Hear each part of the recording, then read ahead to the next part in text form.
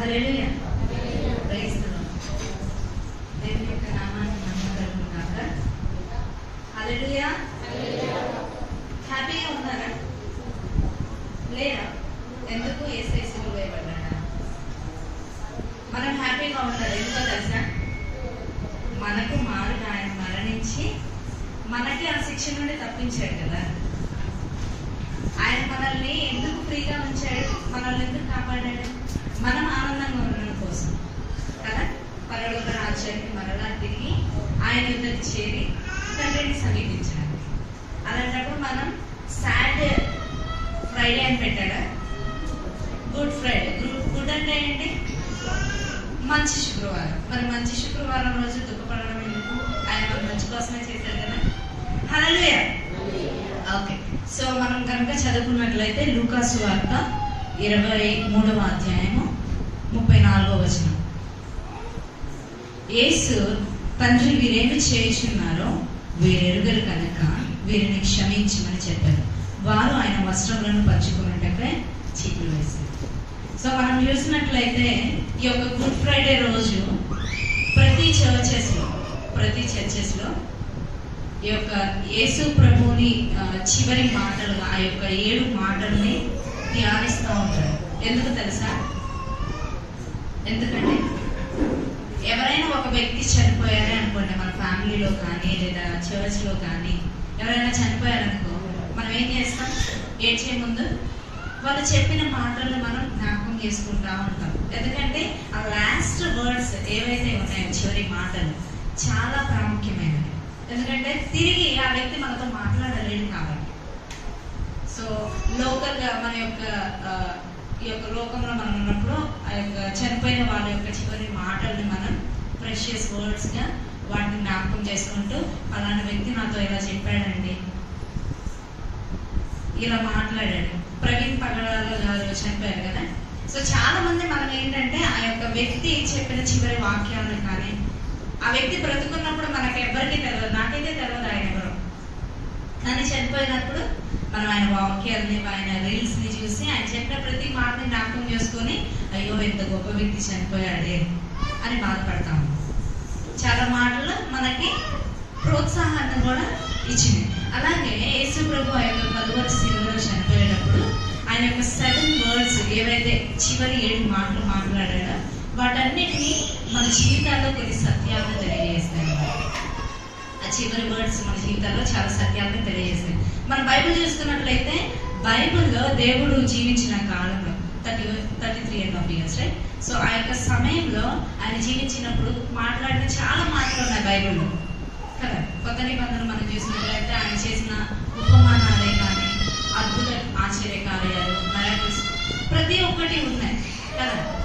వాటన్నిటిని మనం ప్రత్యేకించి ధ్యానం చేయము, కానీ వీటిని మాత్రమే ధ్యానం చేస్తాం. ఎందుకంటే ఆ యొక్క ఆయన జీవించిన కాలంలో ఆయన యొక్క జీవిత సత్యం మొత్తం ఈ యొక్క చివరి మాటల్లో మనం పూర్తిగా చూస్తాం అన్నమాట. సో మొదటి మాటగా ఆయన ఆ యొక్క మనం చూసినట్లయితే లాస్ట్ డే ఎస్టర్డే మనం ఆ యొక్క బల్లని ఏ విధంగా చేరుకోవాలి, దేవుడు తన యొక్క శిష్యులతో సంభాషించిన విషయం, గెత్సెమనీలో ఆయన చివరిగా తన తండ్రిని రోధిస్తూ ఏడుస్తూ తన తండ్రి దగ్గర, దేవా వీలుంటే ఈ యొక్క గిన్నెని తీసివేయాలి ప్రార్థన చేసి, కానీ నీ చిత్తమే జరగాలని దేవుని యొక్క చిత్తానికి ఆయన సమర్పించుకున్న తన జీవితాన్ని అప్పగించి ఎన్నో విషయాలు చేసినట్లుగా మనం నిన్నటి దినంలో మనం జ్ఞాపకం చేసుకుంటూ ఉన్నాం. సో రాత్రంతా ఆయనకి ఒక వేదనకరమైన శ్రమకరమైన జీవితాన్ని ఆయన గడిపాడు. పిలాతు దగ్గరికి, హేరోదు దగ్గరికి ఆయన తీసుకొని వచ్చి ఎన్నో విధాలుగా ఆయనని హింసించడం జరుగుతుంది. తర్వాత మనం చూసినట్లయితే ఆయనని దూషించడం, ఆయన మీద ఉమ్ము వేయడం, ఆయన కొరడాలతో కొట్టడం అనే ప్రత్యేకమైన ప్రతి ఒక్కటి మనం జ్ఞాపకం చేసుకోవాలి ఆయన శిలువలో. సో ఇవన్నీ మనం చేసుకుంటున్నప్పుడు ఏంటంటే ఆయన యొక్క బాధ, ఆయన ఏ విధంగా బాధపడ్డాడు, శ్రమని అనుభవించాడు అనే విషయాన్ని మనం క్లియర్గా అర్థం చేసుకోగలం. మనకు ఒక చిన్న దెబ్బ తగిలింది అనుకోండి, ఎలా ఉంటుంది? మనకి చాలా బాధేస్తుంది. లేదా ఎవరైనా కావాలని మనల్ని కొట్టారనుకోండి, మనకేమేస్తుంది? బాధ వేస్తుంది, ప్లస్ కోపం వస్తుంది. ఆ కోపంలో ఏంటి? ఫర్ ఎగ్జాంపుల్ చిన్న పిల్లలే ఉన్నారు, మనల్ని ఆడుకుంటా ఏదైనా తప్పని వేశారు, మనకి ఇమ్మీడియట్లీ ఏమవుతుంది, మన చేతిలో లెగుస్తుందా లేకపోతే? నాకైతే లెగుస్తుంది, మనందరికీ లెగుస్తుంది కదా. కానీ ఇక్కడ చూడండి, మొదటి మాటలో దేవుడు ఏమంటున్నాడంటే, తండ్రి వీరిని క్షమించండి, ఎందుకు వీరేం చేయుచున్నారో వీరు ఎరగరు కాబట్టి. సో ఈ యొక్క మాటల్లో మనం 3 పాయింట్స్ మనం జ్ఞాపకం చేసుకుందాం. ఫస్ట్ థింగ్, యేసు ప్రభు ఆ యొక్క బాధలో ఉన్నప్పుడు, ఆ యొక్క వేదనలో ఉన్నప్పుడు తండ్రిని జ్ఞాపకం చేసుకున్నాడు. It's a prayer. సిలువలో ఉండి ఆ ఇద్దరి దొంగల మధ్య ఉండి ఆ యొక్క నొప్పిని అనుభవిస్తూ, ఆ శీలలు కానీ బ్లీడింగ్ అవుతుండగా, ఆ యొక్క దేహం అంతా నొప్పిగా బాధగా ఉన్నప్పుడు దేవుడు ఏంటంటే, అరే ఈ జీవితం ఎందుకు వచ్చిందిరా అని అనుకోలేదు, కానీ దేవుడు తన యొక్క తండ్రిని జ్ఞాపకం చేసుకుంటూ తండ్రి అని ప్రార్థిస్తూ ఉంటాడు. సో మన జీవితంలో ఏంటంటే, ఒక్కొక్కసారి మన జీవితాల్లో శ్రమలు, కష్టాలు ఇవన్నీ వచ్చినప్పుడు ఏం చేస్తామంటే, మనం తండ్రిని వేడుకోను, మనం ప్రార్థించము. ఇన్స్టెడ్ ఆఫ్ ప్రేయింగ్, మనం ప్రేయర్ చేసే దానికంటే మనం ఏం చేస్తామంటే, వి విల్ కర్స్ హిమ్. ఆయన్ని ఎందుకు చేసినాం, ఎందుకు ఈ శ్రమ, నేను ఇంత స్పిరిచువల్గా ఉంటున్నా కదా, నేను ఇంతగా ప్రార్థిస్తున్నా కదా, ప్రతి వారం నేను ఆఫరింగ్ వేస్తున్నా, ప్రతి నెల నా జీవితంలో వచ్చిన దాన్ని ఆఫరింగ్ వేస్తున్నా, దశమ భాగంలో ఇస్తున్నా, ఎన్నో గొప్ప కార్యాలు చేస్తున్నా, ఎందుకు ఈ శ్రమ అనే క్వశ్చన్ మార్క్స్ మాట్లాడతాం కదా. కానీ దేవుని యొక్క జీవితం చూడండి, ఆ యొక్క రాజ వైభోగాలన్నింటినీ వదిలిపెట్టి, మనం ఫిలిప్పీ పత్రికలో చూసినట్లయితే ఆయన యొక్క నమ్రత, తగ్గింపు స్వభావాన్ని మనం గమనిస్తాం. తనంట తండ్రి కుడి పార్శ్వాన వ్యక్తి తన యొక్క రాజ్య వైభోగాలన్నింటినీ, ఆ యొక్క సుఖాన్ని, ఆ యొక్క ఆనందాన్ని, ఆ యొక్క హెవెన్లీ గ్లోరీని వదిలేసి ఒక నార్మల్ పర్సన్ ఈ యొక్క లోకానికి వచ్చి మన బాధని ఆయన భరించాడు. మనకు శ్రమలు వస్తే చాలు దేవుని విడిచి వెళ్ళిపోతూ ఉంటారు. కొంతమంది కొంచెం బాధ వస్తే వాళ్ళ జీవితాల్లో యేసు ప్రభుని వదిలిపెట్టి మనకి పాత జీవితమే బెస్ట్ అనుకొని పాత జీవితంలోకి వెళ్ళిపోతూ ఉంటారు. దేవుని పట్టుకొని నడిచే వాళ్ళు చాలా తక్కువగా ఉంటారు. కానీ యేసు ప్రభు ఏం చెప్తున్నాడంటే, అటువంటి శ్రమలు వచ్చినప్పటికీ వి ఆల్వేస్, ప్రతి క్షణం దేవుడిని వేడుకోవాలి. కొంతమంది ఏంటంటే సంతోషంలో దేవుని మర్చిపోతారు, కొంతమంది దుఃఖంలో కూడా దేవుని మర్చిపోతారు. సో దేవునికి దూరం అవ్వకూడదు. తండ్రిని ఎప్పుడు మన సుఖ సంతోషాల్లో, కష్ట నష్టాల్లో జ్ఞాపకం చేసుకుంటూనే ఉండాలి. సో యేసు ప్రభు ఆ యొక్క శ్రమనంతా అనుభవించినప్పటికీ హిస్ ప్రేయింగ్, ప్రార్థన చేస్తున్నాడు. అది కూడా ప్రార్థన ఎవరి కోసం చేస్తున్నాడో తెలుసా? ద నెక్స్ట్, క్షమించమని, ఫర్గివ్నెస్ కోసం ప్రార్థన చేస్తున్నాడు. ఎందుకు? మన పట్ల ఎవరైనా ఏదైనా తప్పుగా ప్రవర్తించి లేదా తప్పుడు విధానాల్లో మనల్ని ట్రీట్ చేసినప్పుడు మనం ఏం చేస్తాం? దేవుడు వాళ్ళకి ఇట్లా అవ్వాలి, వాడి కాలు ఎక్కితే బాగుండు, వాడి చెయ్యి ఎక్కితే బాగుండు అని చాలా విధాలుగా మనం కర్స్ చేస్తూ ఉంటాం అన్నమాట. ఆ వ్యక్తిని దూషిస్తూ ఉంటాం, తిడుతూ ఉంటాం. బట్ దేవుడు ఏం చెప్తున్నాడంటే, ఎవరు నీ పట్ల ఏది చేసినప్పటికీ యూ హ్యావ్ టు ఫర్గివ్, వారిని క్షమించాలి. మనం అనుకుంటాం, కొంతమంది వాక్యాలు చెప్పినప్పుడు క్షమించాలి, అందరినీ క్షమించాలి, పొరుగు వారిని క్షమించాలని చెప్పినప్పుడు ఏమనుకుంటాం తెలుసా? సైడ్ చెప్పావులే, ఫస్ట్ నువ్వు క్షమించి అది ఎట్లా ఉంటుందో నీకు తెలుస్తుంది అని అంటూ ఉంటాం కదా. బట్ దేవుడు ఏం చేశాడు తెలుసా? మనందరం అట్లాంటి మొక్కల బుద్ధి కలిగి అడుగుతామని ఆయన క్షమించి చూపించి, నేను ఈ కష్టంలో ఉన్నాను చూడు, అంత కష్టమైతే మన ఎవరికి రాలేదు, నేను ఈ కష్టంలో ఉన్నప్పటికీ నేను నా పొరుగు వారిని క్షమిస్తున్నాను, కాబట్టి మీరు కూడా క్షమించండి అని చెప్పేసి ఒక ఎగ్జాంపుల్ చెప్పాడు. సో ఇక్కడ ఏంటంటే, ఈ యొక్క విషయంలో మనం జ్ఞాపకం చేసుకోవాల్సింది, మనల్ని అయితే దేవుడి వల్ల ఎవరు దూషించలేదు, ఆయన వల్ల ఎవరు మన మీద ఉమ్మి వేయలేదు, ఆయన వల్ల ఎవరు మనల్ని కొరడాలతో కొట్టలేదు, శీలలు వేయలేదు, ఏమీ చేయలేదు. మేబీ సమ్ హర్టింగ్ వర్డ్స్ మాట్లాడుండొచ్చు, మన యొక్క వ్యాపారాల్లో మనం దెబ్బతీయొచ్చు, మన యొక్క జీవితాల్లో కొన్ని మాటలు అని ఉండొచ్చు, దూషించవచ్చు. కానీ ఆ వ్యక్తి నేను చంపలేదు కదా. కానీ దేవుడిని, he knows that he is going to die in the next minute. తెలుసు ఆయనకి నెక్స్ట్ క్షణంలో ఆయన చచ్చిపోతాడు. బట్ స్టిల్ అయినప్పటికీ ఆ చంపే వాళ్ళని క్షమించమని అడుగుతున్నాడు. See how great he is. మనం కూడా మన పాపాల్లో దేవుడు మేబీ ఒకసారి సిలువ వేయబడ్డాడు, కానీ మనం ప్రతిదినం చేసే పాపాల్లో ప్రతి క్షణం మనం సిలువను వేస్తానే ఉన్నాం. ఆయన ప్రతి క్షణం చంపేస్తానే ఉన్నాం. ఆయన ప్రతి క్షణం సిలువను వేసి సీరలు గుచ్చుతానే ఉన్నాం మన పాపాల ద్వారా. But still he forgives us. ఆయన మనల్ని క్షమిస్తానే ఉంటాడు. వై? ఎందుకు క్షమించారు? ఎందుకంటే దేవుడు మనల్ని ప్రేమిస్తున్నాడు. ఎప్పుడైతే మనం ఒకరిని ప్రేమిస్తామో ఆటోమేటిక్ ఏమవుతుందో తెలుసా? క్షమాపణ అనేది వస్తూ ఉంటుంది. మనకి తల్లిదండ్రులు ఉంటారు, పిల్లల్ని ఎంతో ప్రేమిస్తారు, వాళ్ళు కొడతారు, తిడతారని చేస్తారు. బట్ స్టిల్ ఏం చేస్తారు? వాళ్ళని క్షమిస్తూ ఉంటారు. ఎందుకు? ప్రేమ. సేమ్ యేసు ప్రభు కూడా మనల్ని క్షమించమని ఆయన నిరంతరం ఇప్పటికీ God is yesterday, today and forever same. So ఆయన సమానంగా ఎప్పటికీ ఒకేలా ఉన్నాడు కాబట్టి still he is praying for us. మన కోసం ఆ యొక్క తండ్రి యొక్క కూర్చొని మన కోసం విజ్ఞాపన ప్రార్థన చేస్తున్నాడని వాక్యంలో రాసి. కాబట్టి మనం కూడా దేవుని వలె క్షమాపణ గుణం కలిగి ఉండాలి. మొదటిగా ఏంటంటే ప్రార్థించే గుణం కలిగి ఉండాలి. 2, క్షమించే గుణం కలిగి ఉండాలి. ఎవరిని? మనల్ని మన మీద దూష ఆరోపణలు చేసి మనల్ని తిట్టే వాళ్ళు, మనకి నష్టాలు కలిగించే వాళ్ళని క్షమించాలి. క్షమాపణ అంటే ఏంటో తెలుసా? Forgiveness is all about forgetting. ఒకసారి క్షమించామంటే తిరిగి ఆ తప్పులు, ఆ వ్యక్తి మీద కోపం రాదు. తెలుసా? క్షమించడం అంటే ఏంటో తెలుసా? క్షమించాలి కూర అనడం కాదు. తిరిగి ఆయన చేసిన తప్పుని జ్ఞాపకం చేసుకోక ఉండడు. దేవుడు కూడా మనం క్షమించాడు, ఆయన తిరిగి ఆ పాపాన్ని జ్ఞాపకం చేసుకోను అని చెప్పాడు వాక్యం కదా.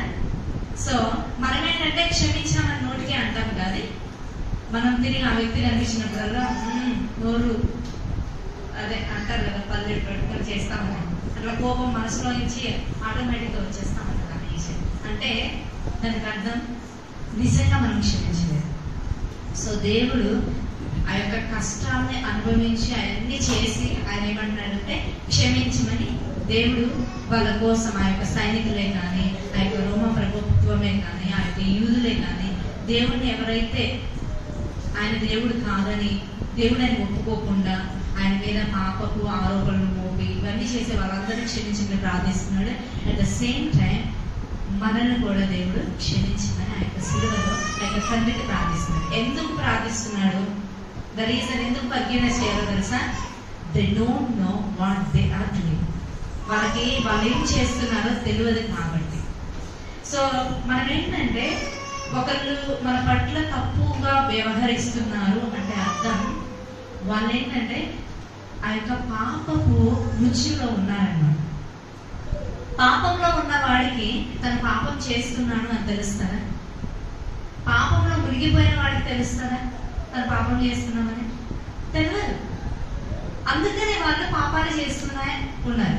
సో దేవుని యొక్క రక్తంలో కడగబడిన మనం పాపంలో మునిగి ఉన్నామా? మునిగి తేలాము, ఆల్రెడీ లేచినాం, దేవుడు లేపాడు.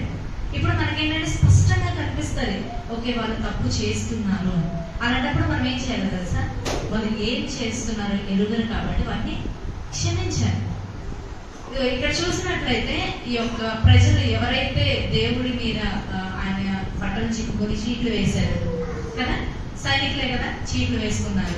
ఇంకోటి ఆయన కొరడాలతో కొట్టారు, ఆయన మీద ముండ్ల కిరీటం ఉంచారు, సీరలు వేశారు. వాళ్ళకి తెలుసా వాళ్ళు ఏం చేస్తున్నారంటే రోమా గవర్నమెంట్ ఏదైతే చెప్పారో దాన్నే పాటిస్తున్నారు. దట్స్ దేర్ డ్యూటీ, వాళ్ళ యొక్క పని.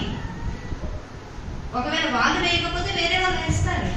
వాళ్ళ సైనికులు కాబట్టి ఆ యొక్క రాజు చెప్పినట్టు వాళ్ళు చేయాల్సిందే, ఆ ప్రభుత్వం చెప్పినట్టు వాళ్ళు చేయాల్సిందే.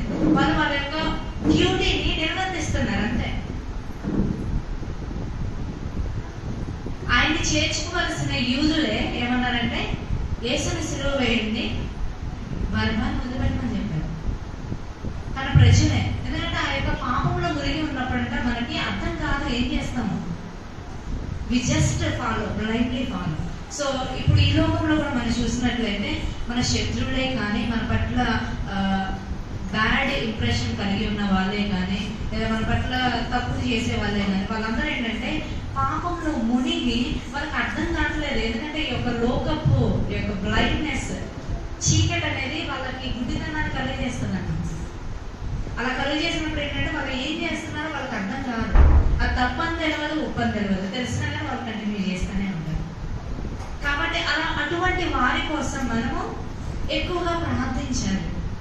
మనం అనుకుంటాం వాళ్ళు తెలిసి చేస్తున్నారు, వీడికి తెలిసే చేస్తున్నాడని మనం అనుకుంటాం. కానీ మనకి తెలుసు వాడికి తెలిసి చేస్తున్నాడని, కానీ వాడికి తెలియదు వాడు తెలిసి చేస్తున్నాడు. ఎందుకంటే ఆ యొక్క సాతాను వాళ్ళ యొక్క కళ్ళని కప్పివేసింది. చీకటితో ఉంది, అంధకారంతో ఉన్నారు, పాపంతో నిండిపోయారు.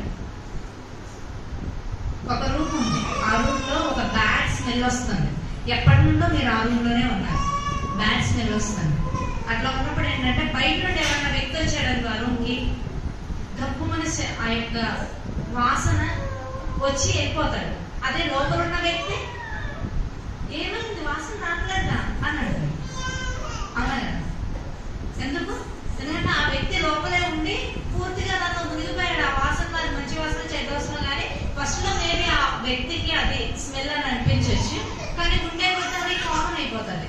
కోళ్ళ ఫార్ముల వ్యక్తి పని చేస్తూ ఉంటారు, వాళ్ళకి అది కామన్. మనకి అటుకుంటే వెళ్తుంటే మూసేసుకుంటాం. ఎందుకంటే వాళ్ళు ఆల్రెడీ కొన్ని ఇయర్స్ నుండి కొన్ని డేస్ నుండి దాన్ని ఫీల్ అవుతూ ఉన్నారు కాబట్టి అది కామన్ స్మెల్ వాళ్ళకి. మనకి చెడ్డ వాసన అని మనం ముక్కు మూసుకుంటాం, స్ప్రే కొట్టుకుంటాం, ఏదో చేసుకుంటాం. సేమ్ వే పాపంలో ఉన్న వాళ్ళకి ఏంటంటే అది ఫస్ట్ వాళ్ళకి వాసనగా తప్పుగా అనిపించి ఉండొచ్చు. తర్వాత అది పాపాన్ని చేసుకుంటా పోతా ఉంటే ఏంటంటే వాళ్ళకి అది పాపమని అర్థం కాదు, మునిగిపోతారు. వాళ్ళకి తెలియదు, బయట నుండి వచ్చే వాళ్ళకే తెలుస్తుంది.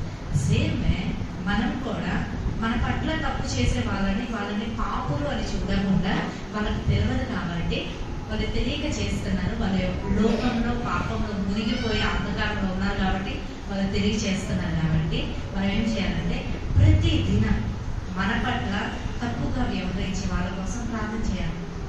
ఈ లోకంలో చాలా మంది ఉన్నారు అంధకారంలో ఉన్నవాళ్ళు. తెలియక వాళ్ళే తెలియదు, వాళ్ళ రక్షణ కోసం చేస్తున్నారు, ఎన్నో చేస్తారనమాట. మంచి పేరు కోసం, మంచి లైఫ్ కోసం, మంచి ధనం కోసం వాళ్ళందరూ పాపంలో మునిగిపోయి చేస్తున్నారు. కాబట్టి అది తప్పని వాళ్ళకి తెలియదు. మీరు ఒక వేరే వాళ్ళ దగ్గరకు వెళ్ళి ఇది తప్పు అని చెప్పాను, వాళ్ళు ఏమంటారు? వాళ్ళకి ఇది తప్పు కాదు, that's common way of living. వ్యాపారులు ఎప్పుడు కొంచెం ఎక్కువ డబ్బులు తీసుకొని తక్కువకి ఇస్తారు కదా, అది వాళ్ళ వ్యాపారం. మనకది ఏంటంటే మోసం. సో అట్లా ఉంటుంది అనమాట లోకం. సో లోకంలో ఉన్న వాళ్ళ కోసం ప్రార్థన చేయడం అనేది ఒకటి మెయిన్ మన మోటివ్ అయి ఉండాలి. దేవుడు అంత కష్టంలో కూడా, అంత బాధలో కూడా ఆ యొక్క శిలువ శ్రమను అనుభవిస్తూ ఆ నొప్పిని భరిస్తూ తండ్రిని జ్ఞాపకం చేసుకున్నాడు కష్టాలలో. రెండవది, ఆయన ఆ శిలువ వేసే వాళ్ళ పాపాల కోసం లేదా వాళ్ళు చేసే తప్పుడు క్రియలు వాళ్ళు ఎరుగరు కాబట్టి వాళ్ళని క్షమించమని దేవుడు ప్రార్థించాడు. సో మనందరం కూడా దేవుణ్ణి అనుసరించే మనందరం యేసు ప్రభువుని నమ్ముకుంటున్నాం కదా, మనం దేవుణ్ణి అనుసరిస్తున్నాం. ప్రతి సండే చర్చికి వస్తున్నాం, ప్రతిరోజు దేవుడిని ప్రార్థిస్తున్నాం. దేవుని కలిగిన గుణాలు మనకు కలిగి ఉన్నారు. ఆయన ఈస్టర్ లేదా యొక్క గుడ్ ఫ్రైడే వస్తే ఆయన మాటని జ్ఞాపకం చేసుకోవడం కాదు, కానీ ఆయన యొక్క మాటలో ఉన్న సత్యాన్ని ప్రతి క్షణం జ్ఞాపకం చేసుకోవాలి, దాన్ని అనుభవించుకోవాలి. చాలా మంది చెప్తా ఉంటారు, నాకు పలానా వ్యక్తి రోల్ మోడల్ అని. రోల్ మోడల్ అంటే అర్థం ఏంటి? ఆ వ్యక్తిని అనుసరించి నడుచుకోవడం. దేవుడిని నమ్ముకున్న మనందరికీ రోల్ మోడల్ ఎవరు? యేసు ప్రభు కదా. కాబట్టి ఆయన చెప్పింది, ఆయన చేసింది మనం చేయాలి, దాన్ని అనుసరించి నడుచుకోవాలి. నడుచుకోవడం లేదంటే అర్థం ఏంటి? నేమ్ సేక్ రోల్ మోడల్, కానీ నిజంగా మనం జీవితంలో ఆయన అనుభవించుకోలేదు. కాబట్టి ప్రతి ఒక్కరు ఇక్కడ కూర్చున్న ప్రతి ఒక్కరు ఏం చేయాలంటే ఈ యొక్క శ్రమ దినాల్లో ఆయన యొక్క మాటల్ని జ్ఞాపకం చేసుకోవడమే కాదు, కానీ ఆయన చేసిన సత్యాలని మన జీవితంలో అన్వయించుకొని దాన్ని అవలంబించుకోవాలి, పాటించాలి. ప్రతి క్షణం ప్రేయర్ చేయాలి. ఎందుకు? మనల్ని దూషించే వారిని ప్రేమిస్తున్నాం కాబట్టి మనం వారి కొరకు ప్రార్థించాలి, వారి యొక్క పాపాల కొరకు ప్రార్థించాలి. ఎందుకంటే వాళ్ళు ఏం చేస్తున్నారో వాళ్ళకి తెలియదు కాబట్టి. సో ప్రతి ఒక్కరు మన యొక్క శత్రువుల కొరకు ప్రార్థిద్దాము. శత్రువులు అనేవాళ్ళు మన జీవితంలో ఉండకూడదు. ఎందుకంటే యేసు ప్రభుకి శత్రువులు ఎవరు లేరు. ఒకవేళ ఆయన అనుకుంటే మనందరం శత్రువులు అయి ఉండొచ్చు, బట్ ఆయన అనుకోలేదు. కాబట్టి ఆయన్ని పాటించే మనం కూడా ఎటువంటి శత్రువులు లేకుండా మన పట్ల ఎవరైనా చెడును కనుక చేస్తే వారిని ప్రేమించి క్షమించి వారి కొరకు ప్రార్థించే వారిగా మనందరం ఉండాలని నేను ఆశిస్తున్నాను. దేవుడి యొక్క మాటల ద్వారా మనందరిని ఆశీర్వదించి మన జీవితాల్లో ఉంచుగాక. అందరం ప్రార్థన చేస్తున్నాం. జీవం కలిగిన దేవ, యేసయ్యానికి స్తోత్రం. గడిచిన కాలం అంతా మీరు కాచి కాపాడాలి, మీకు స్తోత్రం. ఈ యొక్క శ్రమ దినాల్లో మేము మీ యొక్క మాటలు జ్ఞాపకం చేసుకుంటున్నాం దేవా. మీరు మాతో మాట్లాడిన స్తోత్రం. ఈ యొక్క క్షమాపణ, క్షమించే గుణాన్ని ఈ యొక్క మొదటి మాటలు మా అందరికీ కనపరిచిన స్తోత్రం తండ్రి. నేను ప్రార్థించే వారిగా, నేను అనుసరించే వారిగా, నేను జ్ఞాపకం తెచ్చుకొని నీకు ఇష్టమైన జీవితం జీవించే వారికి మా అందరినీ ఉంచండి తండ్రి. నీకు కలిగిన క్షమాపణ హృదయాన్ని మా అందరికీ దయచేయండి.